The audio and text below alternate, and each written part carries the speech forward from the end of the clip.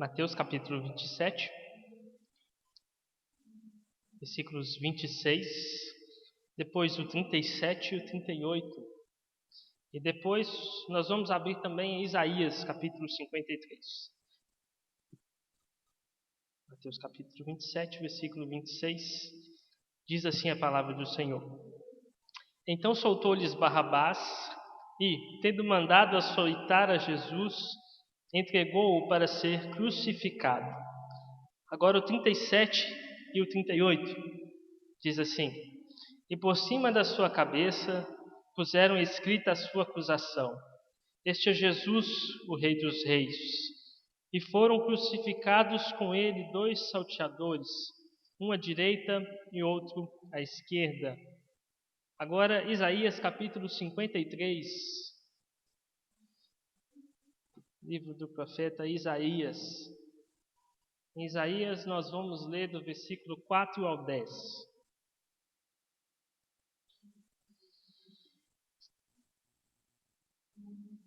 Isaías capítulo 53, versículo 4 ao 10. Todos encontraram? Diz assim: Verdadeiramente ele tomou sobre si as nossas enfermidades e as nossas dores levou sobre si. E nós o reputávamos por aflito, ferido de Deus e oprimido. Mas ele foi ferido por causa das nossas transgressões e moído por causa das nossas iniquidades. O castigo que nos traz a paz estava sobre ele, e pelas suas pisaduras fomos sarados. Todos nós andávamos desgarrados como ovelhas. Cada um se desviava pelo seu caminho, mas o Senhor fez cair sobre ele a iniquidade de nós todos. Ele foi oprimido e afligido, mas não abriu a sua boca. Como um cordeiro foi levado ao matadouro, e como ovelha muda perante os seus tosqueadores, assim ele não abriu a sua boca. Da opressão e do juízo foi tirado. E quem contará o tempo da sua vida? Porquanto foi cortado da terra dos viventes, pela transgressão do meu povo ele foi atingido. E puseram a sua sepultura com os ímpios, e com o rico na sua morte. Ainda que nunca cometeu injustiça, nem houve engano na sua boca. Todavia, ao Senhor agradou moê-lo, fazendo-o enfermar. Quando a sua alma se puser por expiação do pecado, verá a sua posteridade, prolongará os seus dias, e o bom prazer do Senhor prosperará na sua mão. Amém. Meus irmãos, como nós vemos, estamos diante de uma importante doutrina bíblica, a doutrina da crucificação de nosso Senhor Jesus Cristo. Como vemos em Mateus, o primeiro texto que lemos, é o texto que relata a história da crucificação, relata como ela ocorreu, aqui sucintamente, porque o capítulo na verdade é muito mais extenso, mas aqui nós condensamos a crucificação de Cristo para que foquemos apenas no fato dele ter sido crucificado. Então, no profeta Isaías, nós vemos uma profecia há centenas de anos atrás acerca da crucificação de Cristo. Centenas de anos atrás, então são séculos atrás, né? Falei erradamente. Então nós vemos o profeta Isaías profetizando acerca deste evento importante para nós, sobre a crucificação de Cristo. Então ele dá tantos detalhes importantes e nós vemos tudo isso se cumprindo nos evangelhos, nos relatos dos evangelhos. Então, meus irmãos, o que nós podemos dizer sobre a cruz de Cristo? Dentre tantas coisas que nós poderíamos dizer sobre a cruz de Cristo, um dos seus aspectos mais marcantes é que a cruz é terrível. Não à toa, o próprio Jesus disse ao Senhor: Pai, se queres, passa de mim este cálice. Todavia não se faça a minha vontade, mas a tua.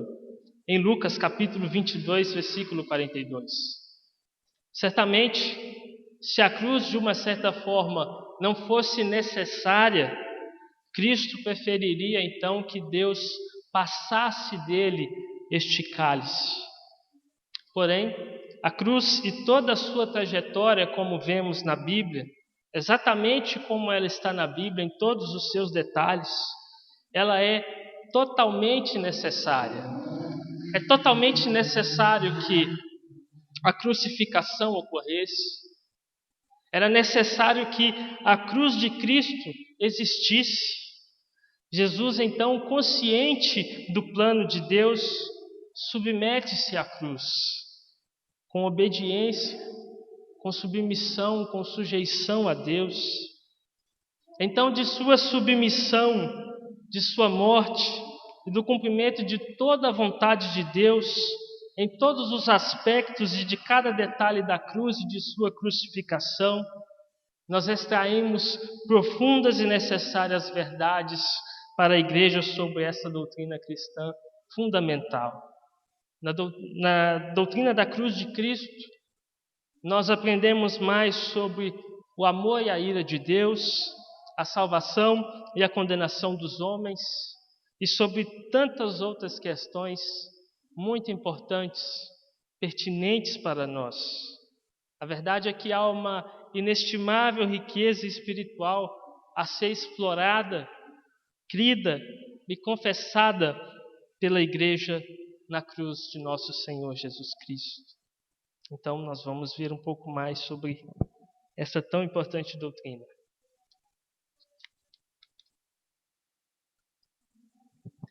Primeiramente, meus irmãos, nós devemos compreender sobre a pessoa de Cristo naquela cruz.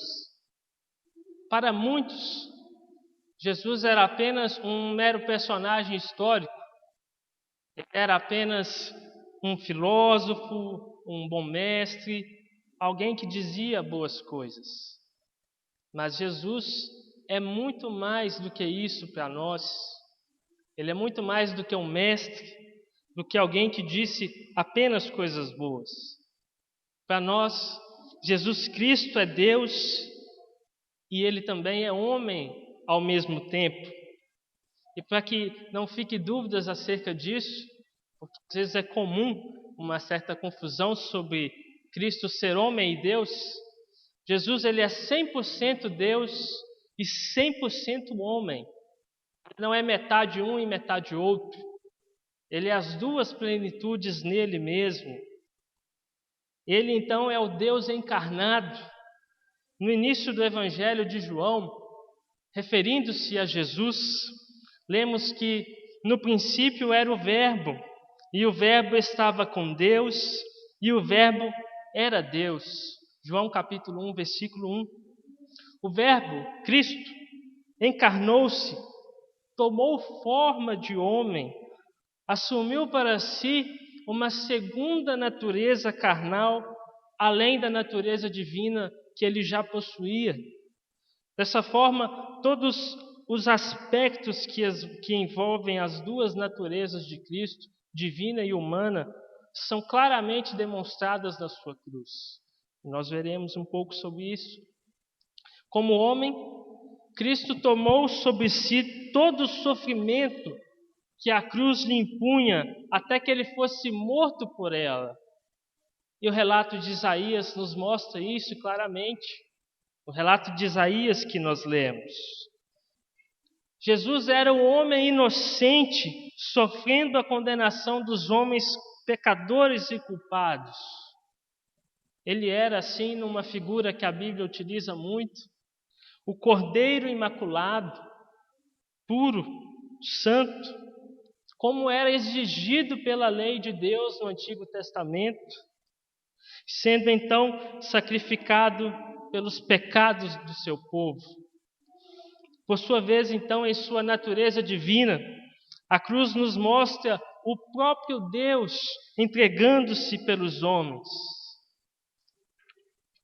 Ela nos mostra que embora sua natureza humana, Cristo é também verdadeiramente o próprio Deus, o próprio Senhor encarnado, quando ele então, na ressurreição ao terceiro dia, ele vence os grilhões da morte, nos garante a vida eterna, cumprindo assim todo o propósito que Deus tinha na sua crucificação. A cruz de Cristo, então, nos mostra as duas naturezas de Cristo unidas numa só pessoa, firmes em um só propósito: remir o povo de Deus, remir a sua amada igreja, remir aqueles que ele amou e que com tanto carinho ele escolheu. E a remissão, então, é possível por um aspecto: o que a cruz é para a justiça de Deus. A justiça de Deus é verdadeiramente o cerne da cruz de Cristo. A cruz, embora motivada pelo amor de Deus pelos perdidos pecadores, os eleitos, ela é, num sentido primário, como aquilo que motiva a sua existência, uma obra de Deus voltada para a sua própria glória. Portanto, a cruz, ela é, antes de tudo, voltada para o próprio Deus. Tudo é centrado tão somente em sua pessoa, apenas em sua pessoa. Deus é, de fato, o centro de todas as coisas que existem. E isto inclui também a sua cruz. E ela é voltada para si mesma, em que, através dela, por sua livre vontade, ele satisfaz a sua justiça, punindo os pecados em Cristo. E se faz totalmente necessário que a cruz seja, primeiramente, voltada para o próprio Deus e voltada para que Cristo seja exaltado, antes de ser uma obra voltada para nós, os homens.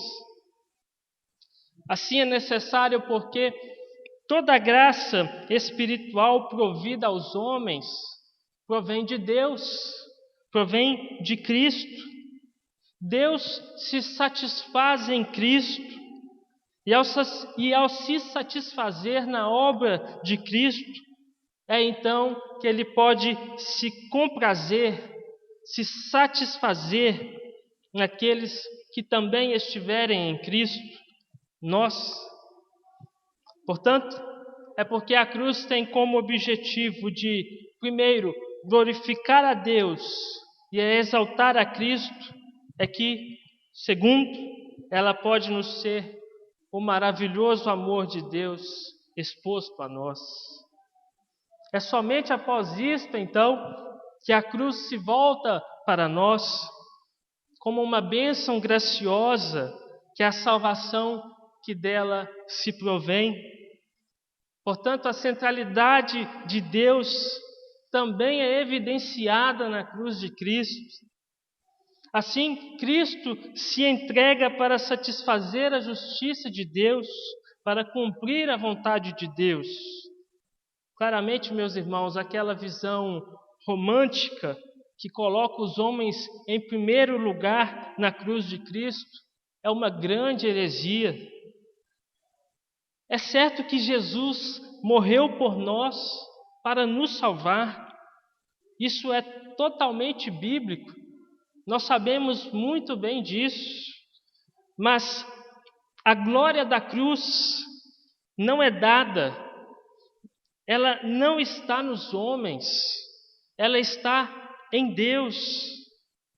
Mas antes, nós somos os culpados pela cruz de Cristo, nós somos os culpados por cada prego em suas mãos, por sua coroa de espinhos, pela sua grande humilhação que ele passou. Portanto,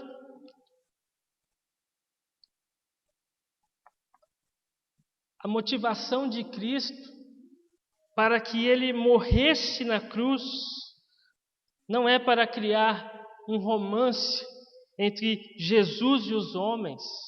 Não.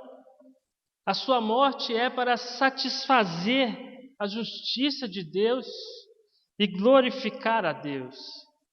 Este é o seu maior objetivo. Dessa forma, o sacrifício de Cristo é necessário por isso. É somente através dele que Deus pode remir os pecadores. Deus não pode simplesmente ignorar a sua própria justiça e anular a sua própria justiça, fingindo que os homens não têm pecado, fingindo que eles não estão distantes dele. A justiça de Deus, ela põe uma cédula na praça e diz que todos os homens são devedores de Deus.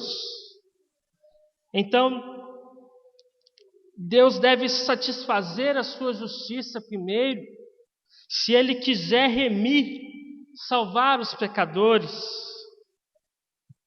Mas a maravilhosa notícia que nós vemos exposta nos Evangelhos, em toda a Bíblia, é que sim, Deus quer remir os pecadores, Ele quer salvá-los. O seu imenso amor pelos homens o move a isto. O imenso amor de Deus o move até mesmo à sua cruz. O move ao ponto de demonstrar seu amor aos homens, como fez Abraão, oferecendo em sacrifício o seu único filho.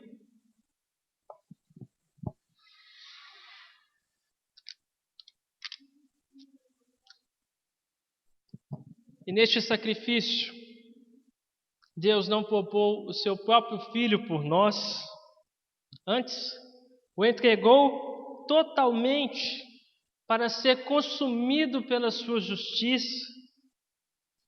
De modo que, sim, a cruz de Cristo nos revela o grande amor de Deus por nós, mas há um aspecto muito mais terrível sobre a cruz, para o qual muitos não se atentam. A cruz é a ira de Deus sendo derramada sobre Cristo.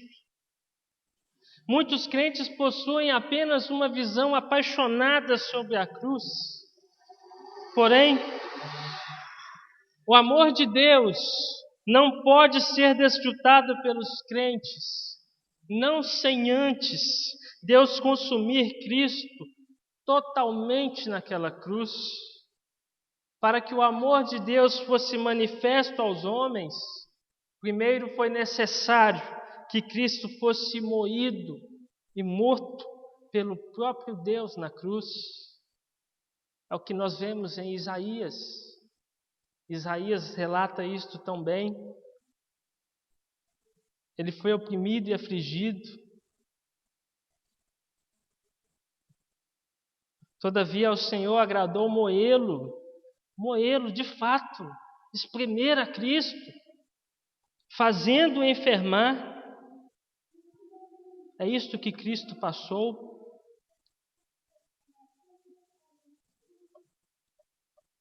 Mas vejamos, meus irmãos, uma questão importante. Os homens que crucificaram a Cristo, os romanos, os judeus, todos aqueles que estavam envolvidos naquele ato de pregar Cristo naquela cruz, todos eles de uma forma possuem culpa, porque eles estavam crucificando um homem que, legalmente falando, era inocente, que não havia cometido nenhum crime, que não tinha nada de errado. Eles prestarão contas a Deus por isso. Eles prestarão contas por terem crucificado a Cristo naquela cruz, muito embora a cruz fosse necessária e ela fosse ocorrer.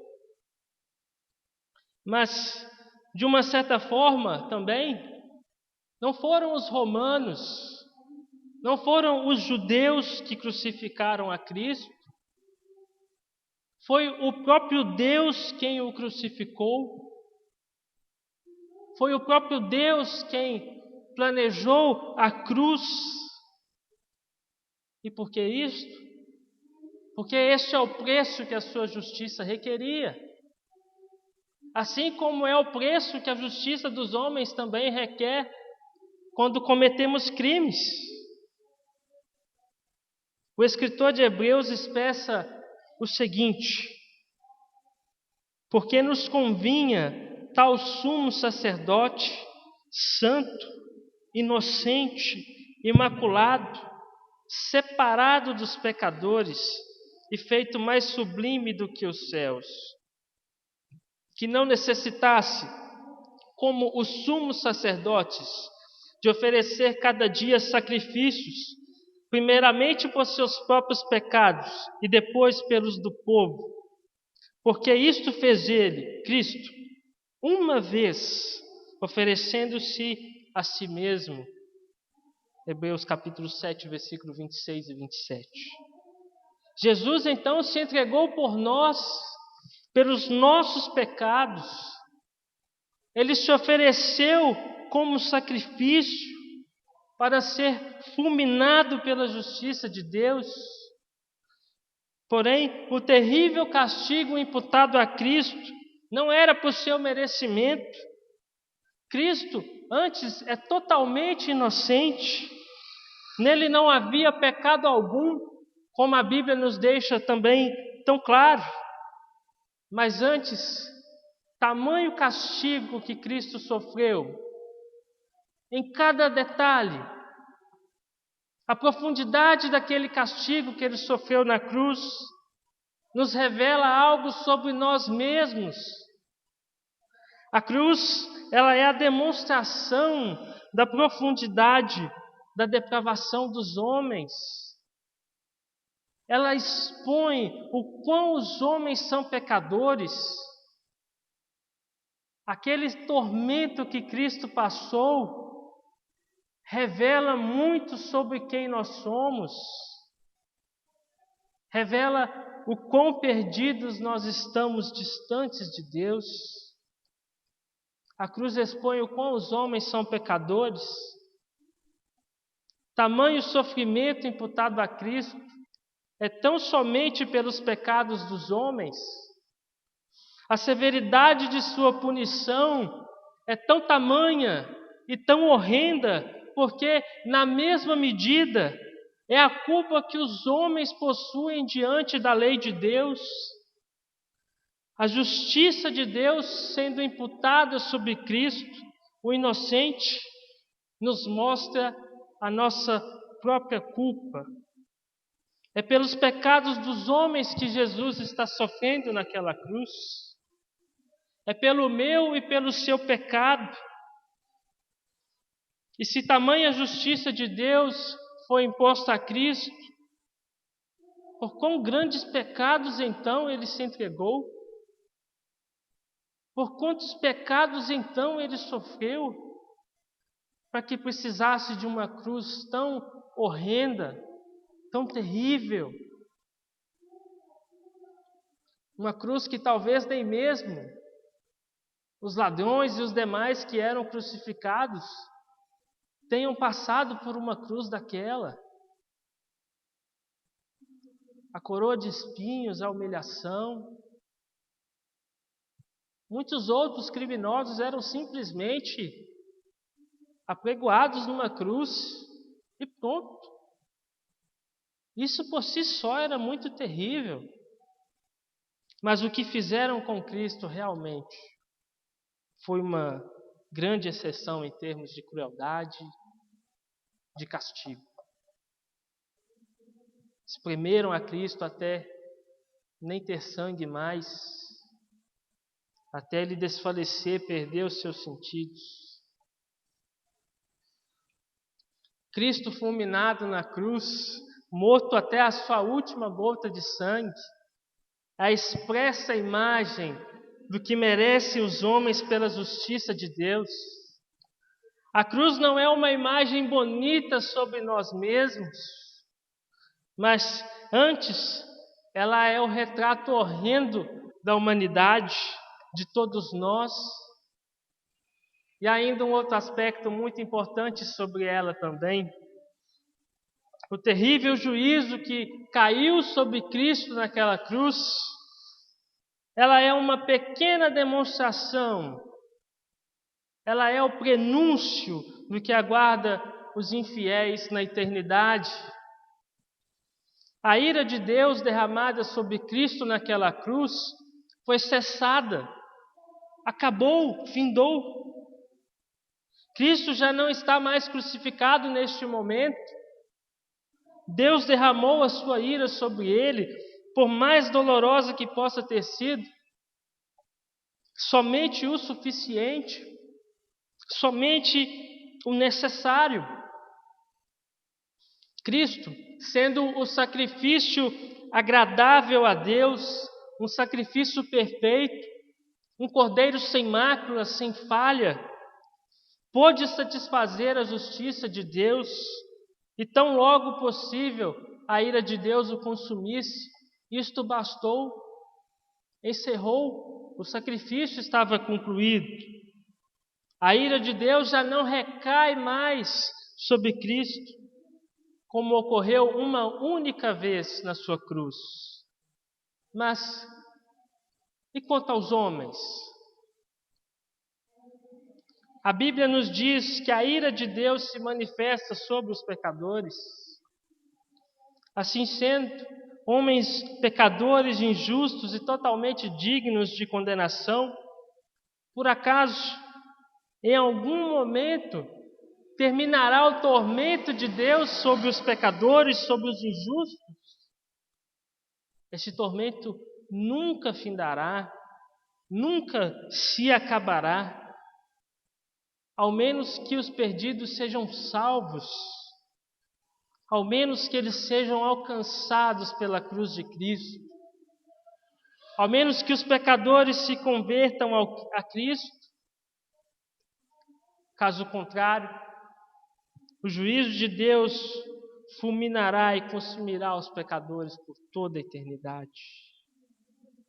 Mas muitos, então, diante de uma verdade bíblica dessa, podem se perguntar: haveria injustiça da parte de Deus, uma vez que os homens vivem tão pouco e Deus os condena a uma eternidade inteira que nunca se acaba? Por acaso a injustiça de Deus nisso? Então a resposta é que não há injustiça da parte de Deus, de maneira nenhuma. A condenação eterna é totalmente justa e necessária, pois ela não expõe uma maldade de Deus para com os homens, mas na verdade ela expõe, ela revela a profundidade da depravação dos homens, em que nem mesmo uma eternidade no inferno, sofrendo momento após momento, será capaz para que eles se justifiquem diante de Deus. A sua dívida é tão alta, o pecado é uma consequência tão grande para com a lei de Deus, é uma ofensa tão grave à lei de Deus, que os homens são colocados no inferno para que eles sofram tormentos, e diariamente eles sofrem tormentos. Momento após momento a ira de Deus é derramada sobre eles, e passam-se anos, milhões de anos, figuradamente falando. E quando eles chegarem daqui a bilhões de anos, eles poderão perguntar a Deus: quanto me falta ainda para que eu pague por esses pecados? E eles não terão pagado nada. Eles não conseguem pagar por conta própria. É uma dívida impagável. E se não tem como pagar, então eles ficam lá, sofrendo eternamente, sem esperança alguma. Tamanha a gravidade do pecado contra a lei de Deus. Não é injusto. Em alguns países as pessoas são condenadas a uma vida inteira na prisão, porque uma vida inteira na prisão não vai ser capaz de pagar pelo crime que cometeram. Ainda que os homens quisessem pagar pela sua salvação, Nem mesmo uma eternidade no inferno seria suficiente para que eles pagassem. Contudo, irmãos, verdadeiramente, a cruz é o real esconderijo do Altíssimo, a sombra do Onipotente, que guarda os crentes que nela se escondem, como em verdadeiras cidades de refúgio, como vemos no Antigo Testamento. Mas a cruz, para aqueles que não creem em Cristo,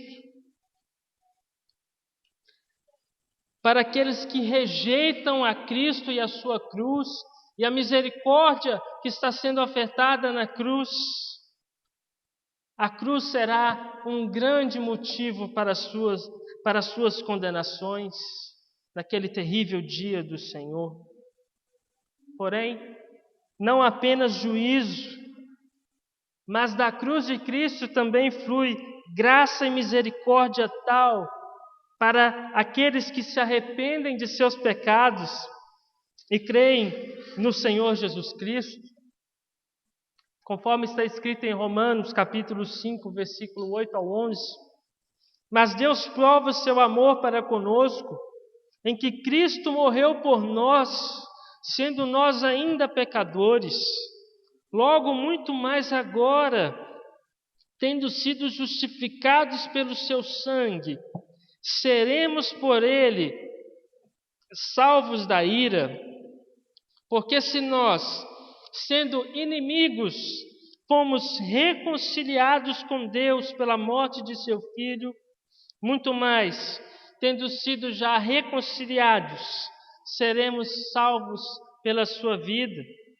E não somente isto, mas também nos gloriamos em Deus por nosso Senhor Jesus Cristo, pelo qual agora alcançamos a reconciliação. Em Cristo, a salvação para o perdido. Se o pecado é uma barreira que nos impede de chegarmos a Deus, como a Bíblia nos deixa tão claro, Cristo é então o maravilhoso caminho que descortina aos pecadores a presença de Deus. E que privilégio para nós, como diz a Escritura, podermos ter paz com Deus, tendo sido, pois, justificados pela fé. Temos paz com Deus por nosso Senhor Jesus Cristo. Romanos capítulo 5, versículo 1. De certo que, também conforme está escrito, não há mais nenhuma condenação para os que estão em Cristo Jesus. Romanos capítulo 8, versículo 1. Diante da cruz de nosso Senhor Jesus Cristo, nada mais é necessário. Não precisamos mais de nenhum sacrifício, como os nossos irmãos no Antigo Testamento precisavam. E nem mesmo de, por nossa própria conta, pagarmos qualquer coisa a Deus. Não precisamos dar dinheiro a Ele, não precisamos pagar-lhe nada, não precisamos fazer nada a Ele. Não há nenhuma contraproposta para que possamos ter a sua salvação. Basta aos homens somente uma coisa: arrependei-vos, pois, e convertei-vos, para que sejam apagados os vossos pecados e venham assim os tempos do refrigério pela presença do Senhor. Conforme Atos capítulo 3, versículo 19. Nada mais do que isto. Nada mais é necessário. Diante da sua cruz e de sua consumação, abrem-se as portas da eternidade para nós, para todo aquele que põe a sua fé em Jesus Cristo, se arrepende de seus pecados e os abandona. Aqui, o caminho estreito é disposto aos homens, o deslumbre das almas, o deleite eterno, o triunfal porvir nos é exposto, nos é aberto, e somos convidados a irmos por esse caminho confiantes, não em nós mesmos, mas na sua obra, em quem Ele é.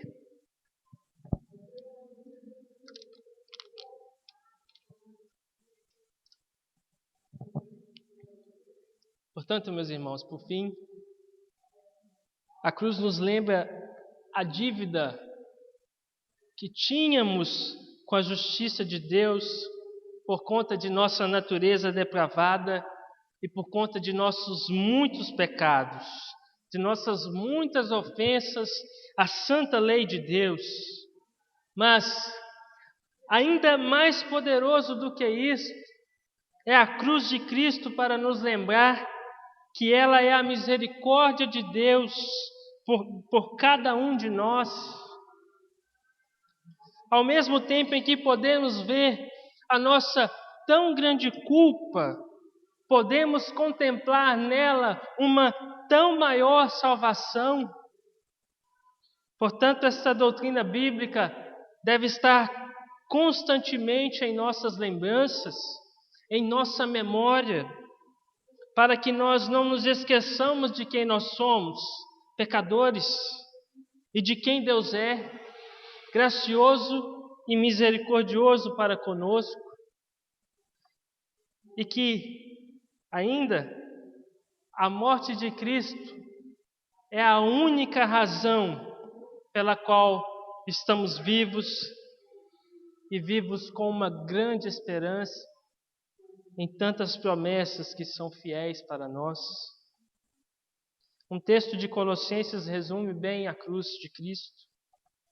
Colossenses capítulo 2, versículo 13 ao 15, diz: E, quando vós estáveis mortos nos pecados e na incircuncisão da vossa carne, vos vivificou juntamente com ele, perdoando-vos todas as ofensas, havendo riscado a cédula que era contra nós nas suas ordenanças, a qual de alguma maneira nos era contrária, e atirou no meio de nós, cravando-a na cruz, e despojando os principados e potestades, os expôs publicamente, e deles triunfou em si mesmo. Diante da cruz de nosso Senhor Jesus Cristo, nada mais há que façamos, a não ser, como disse um irmão certa vez, nada em minhas mãos eu trago, apenas a tua cruz me agarro. Amém.